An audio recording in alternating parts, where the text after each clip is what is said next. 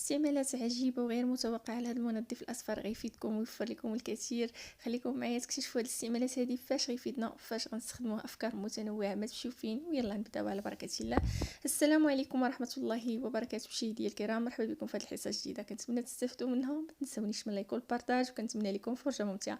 غنبداو على بركة الله بأول فكرة. فاش غيفيدنا في إزالة ديال الحراق كيما بغى يكون، يعني سواء صعيب سواء سهل سواء قليل ولا كتير، يعني قديم ولا جديد، راه فعال هذا المنظف هذا.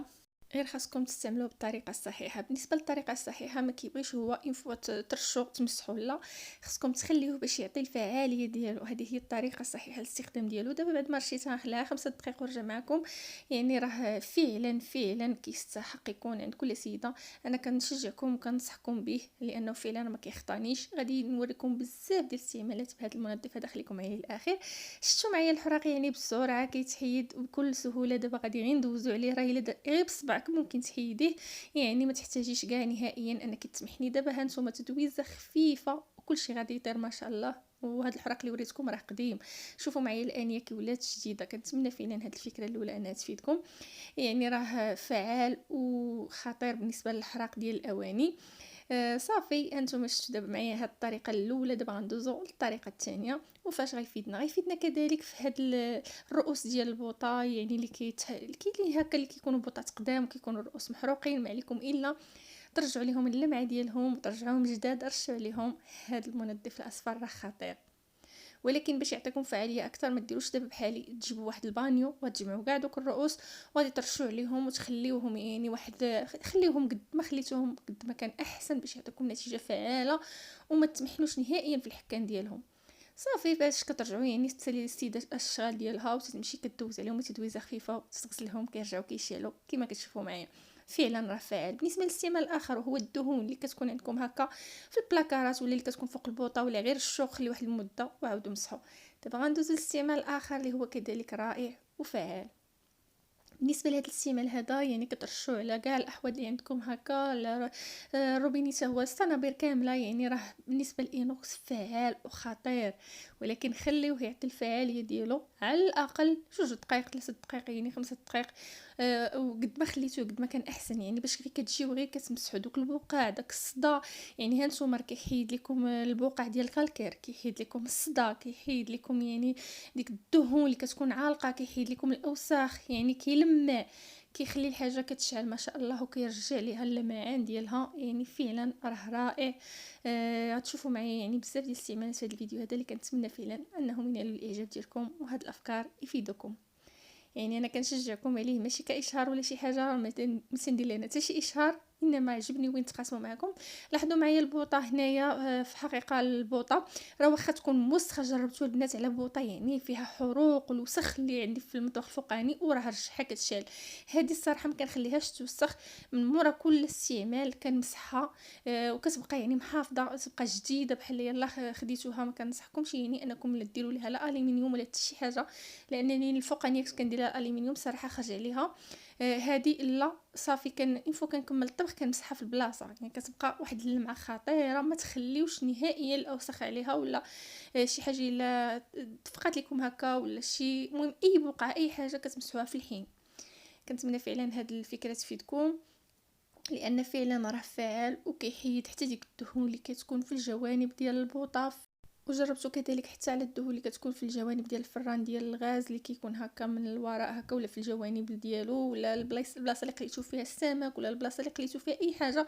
كاع دوك الدهون وديك البقع اللي كطير راه غير كترشوا وكتمسحوا، فعلا غادي يهنيكم من اي مشكل كان عندكم. غادي ندوزو لاستعمال اخر كذلك فاش غيفيدنا، انه غيحيد لينا الحراق من الشويات القضبان، يعني اللاطات القدام، اي حاجه كانت عندكم هكا فيها الحراق او ديك الدهون راه خطير.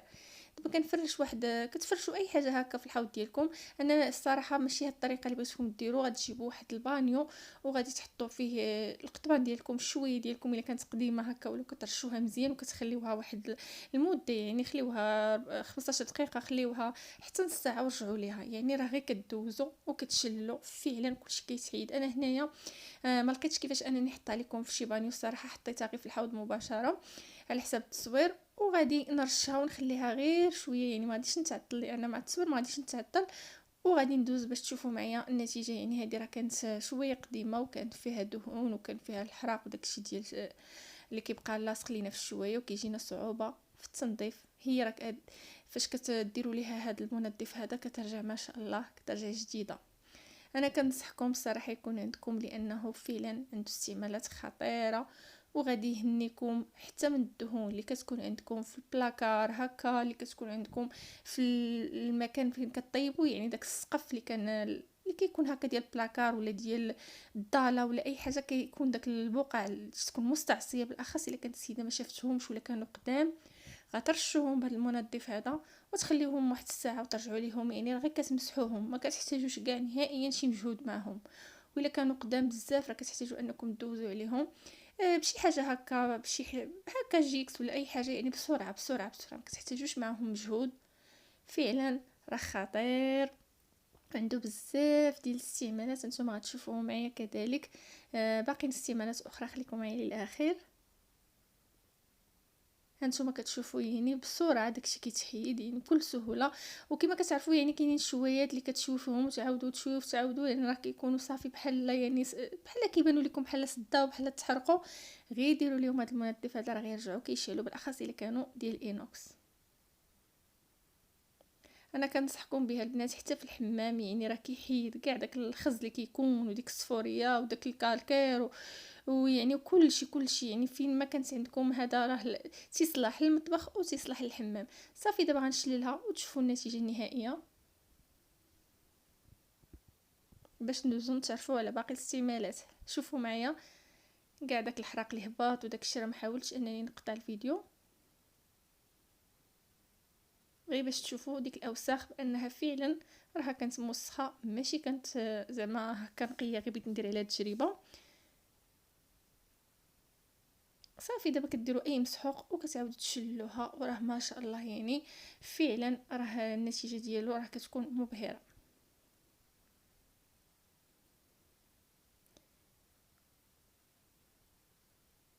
وهانتوما كما شفتوا معايا يعني شويه ديال النار، هذه راه كانت قديمه البنات، لاحظوا معايا لان رجعت لها اللمعه ديالها ورجعت ما شاء الله تحيد لها داكشي كامل. بالاخص كنا رطبتها في شي بانيو بقات واحد المده، راه صافي ما شاء الله يعني ما كتبقى فيها حتى شي حاجه.